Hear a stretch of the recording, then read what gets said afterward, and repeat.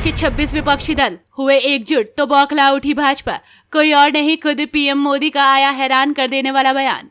अमित शाह की नींद उड़ गई। 2014 के पैटर्न पर शुरू किया गया काम तो जेपी नड्डा ने भी बुला ली बैठक।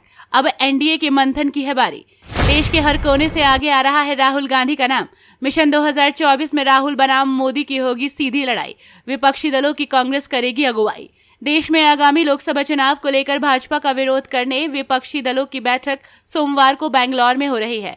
बैठक में विपक्षी दलों के गठबंधन को कोई नया नाम मिल सकता है। इसके साथ ही विपक्षी एकजुटता के कई बड़े फैसले सामने आ सकते हैं। हालांकि विपक्षी एकता को देखकर भाजपा की नींद उड़ गई है। भाजपा के चाणक्य कहे जाने वाले अमित शाह फिर से पुराने फॉर्मूले पर आ गए हैं, जो जातिगत आधार वाली छोटी छोटी पार्टियों को एनडीए से जोड़ने के ताना बाना बुनने में लगे हैं।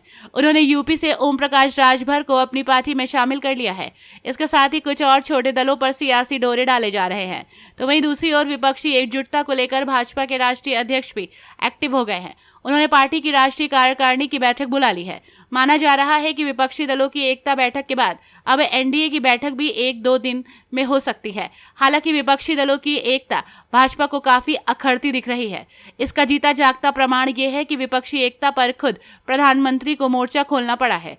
उन्होंने बेंगलौर में हो रही विपक्षी दलों की बैठक पर बड़ा कटाक्ष किया है। पीएम मोदी ने विपक्ष की बैठक पर चुटकी लेते हुए कहा कि एक जमाने में एक गाना बहुत मशहूर था, मुझे पूरा याद तो नहीं है लेकिन मुझे याद आ रहा है, एक चेहरे पर कई चेहरे लगा लेते हैं लोग। आप देखिए ये लोग कितने चेहरे लगा के बैठे हैं। जब ये लोग कैमरे के सामने एक फ्रेम में आ जाते हैं तो पहला विचार देश के लोगों के मन में यही आता है कि लाखों करोड़ों रुपए का भ्रष्टाचार। इसलिए देश की जनता कह रही है कि ये तो कट्टर भ्रष्टाचारी सम्मेलन हो रहा है। ये लोग गा कुछ और रहे हैं, हाल कुछ और है, इन्होंने लेवल कुछ और लगाया हुआ है, माल कुछ और है। इनका प्रोडक्ट है 20 लाख रुपए के घोटाले की गारंटी। माना जा रहा है कि प्रधानमंत्री का ये बयान कहीं ना कहीं हैरान कर देने वाला है, क्योंकि अगर भाजपा को अपनी जीत की पूरी उम्मीद है, उनका एनडीए पूरी तरह से मजबूत है, तो पीएम मोदी का बयान कहीं ना कहीं मामले की विपक्षी एकता की उकताहट को दिखाता है। पटना के बाद बेंगलुरु से जो तस्वीरें सामने आ रही हैं उसमें कहीं ना कहीं कांग्रेस पार्टी लीड करती दिख रही है। बेंगलुरु में तो बाकायदा कई जगहों पर नीतीश को नहीं बल्कि राहुल गांधी को लीड करने के पोस्टर्स दिखाए गए हैं। कांग्रेस नेता सोनिया गांधी और राहुल गांधी भी 2 दिवसीय बैठक में हिस्सा ले रहे हैं। भारत जोड़ो यात्रा के साथ ही कांग्रेस ने पूरी ताकत झोंक दी है। राहुल ट्रैक्टर चला रहे हैं, धान की रोपाई कर रहे हैं, बाइक मैकेनिक और ट्रक ड्राइवर से भी मिल रहे हैं। सोनिया गांधी गांव की महिलाओं के साथ थिरक रही हैं, लेकिन भाजपा की रणनीति अलग तरह की किलेबंदी की दिख रही है। जी हां, भाजपा के चाणक्य अमित शाह ने 2014 वाली स्ट्रैटेजी पर काम करना शुरू कर दिया है।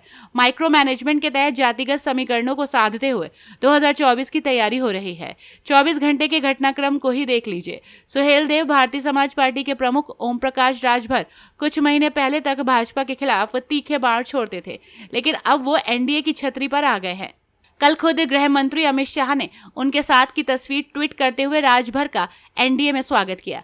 आज चिराग पासवान की पार्टी को एनडीए में शामिल कर लिया गया।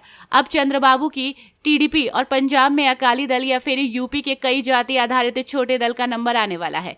दूसरी तरफ कांग्रेस है, जिसे तमाम क्षेत्रीय दलों को साथ लाने के लिए काफी जद्दोजहद करनी पड़ रही है। फिलहाल छोटे नहीं बल्कि क्षेत्रीय दलों पर फोकस कर रही है, उन दलों पर जो राज्यों में सरकार चला रहे हों या विपक्ष में बड़ी भूमिका निभा रहे हों।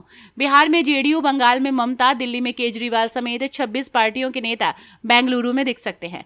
आज कांग्रेस की तरफ से डिनर रखा गया है। कल सुबह 11 बजे बैठक शुरू होगी।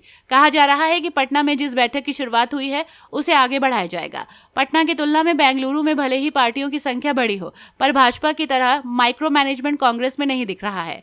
क्षेत्रीय छत्रपों के वोट बैंक पर भरोसा कर रही है। तो वहीं 18 जुलाई को दिल्ली में एनडीए तो बेंगलुरु में विपक्षी दलों की बैठक होगी।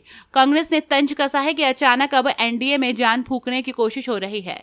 ये पटना में विपक्षी बैठक का नतीजा है कि भाजपा को अब सहयोगी दलों की याद आ रही है। पीएम नरेंद्र मोदी की लोकप्रियता को देख कांग्रेस फिलहाल मानकर चल रही है कि विपक्ष एकजुट होकर ही 2024 में भाजपा को चुनौती दे सकता है। इधर राहुल गांधी की इमेज भी सुधरी है। माना जा रहा है कि इस बार की सीधी लड़ाई राहुल गांधी बनाम मोदी की होने वाली है। पिछले कुछ दिनों में राहुल लगातार सुर्खियों में है, यूथ आइकन बनते वो दिख रहे हैं।